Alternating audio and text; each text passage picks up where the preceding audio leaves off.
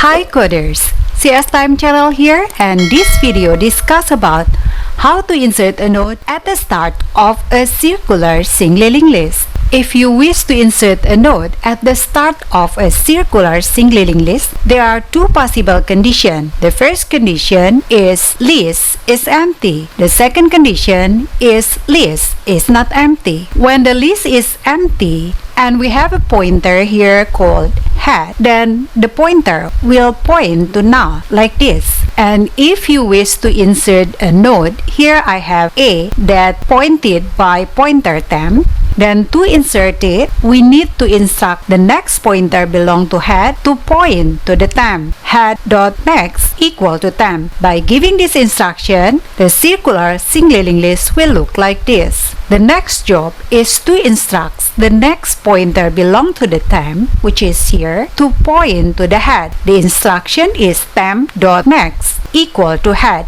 By giving this instruction, then our circular singling list will look like this. The second condition with the list, when the list is not empty. This picture shows that our circular singling list has one node. So if you wish to insert another node to this current circular singling list, say here I have B that pointed by a pointer named temp, then the first job is to instruct the pointer belong to the temp to point to the head. The instruction is temp.next equal to head. By giving this instruction, our circular singling list will look like this. The next job is to instruct the pointer belong to the head.next to point to the temp. The instruction is head.next equal to temp. By giving this instruction, our circular singling list will look like this. The last job to do is to instruct the head to point to the temp. The instruction is head equal to temp. By giving this instruction, our circular singling list now look like this. So if I organize it, it will look like this. As we can see here, the head point to the B. So the node that consists B is considered as the first node, and B point to A, and A itself point to the B. So if I organize it, it will look like this. To give a better understanding, I will insert another node here. Here I have C that pointed by temp pointer. The same way we did just now, we will instruct the next pointer belong to temp to point to the head with the instruction temp.next equal to head. So the visualization will look like this. The next job to do is to pay attention to the pointer belong to the node that consists A. To help us, we need another pointer. Say here I use tail to point to A. Then the instruction that I can give is tail.next equal to temp. So the visualization will look like this.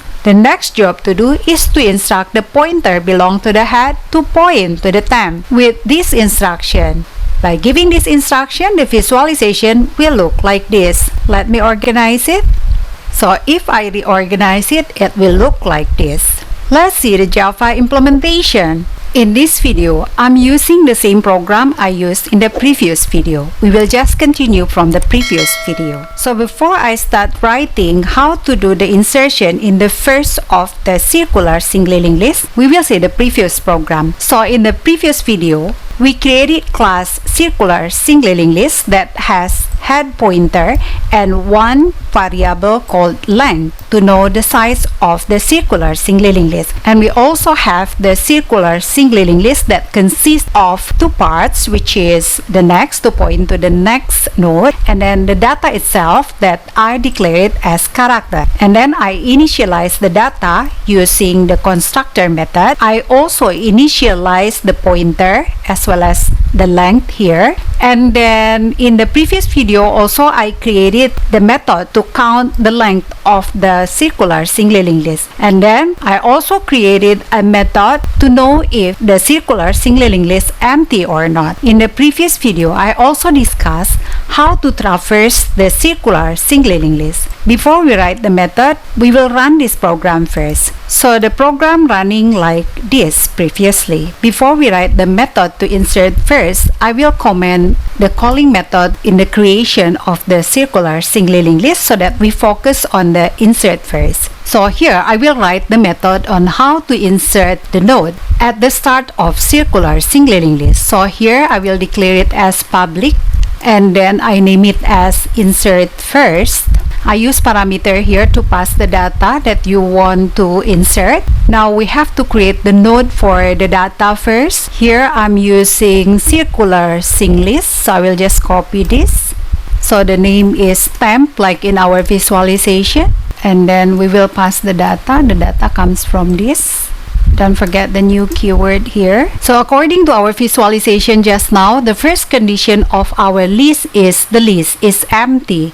Then we need to check if the list is empty or not. We know the list is empty when the head point to null. And you wish to insert the temp, then the head must point right away to the temp, and then the head that already point to the temp will point to the head itself, because we are going to make circular singleling list. So the head point to the temp, the node contain the data that we just inserted, and then once the head point to the temp, we want the head point to itself. But if the list is not empty, it means another condition we have else here. If the list is not empty, then we start working from the temp. We instruct the temp dot next to point to the head, and then we instruct the head dot next to point to the temp, and again the head must point to the temp to make it circular singleling list. Once we insert it, we need to increase the length of the circular singleling list.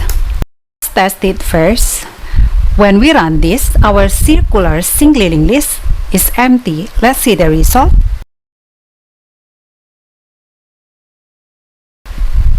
At first it's run, the circular singleling list is empty, so it should run this.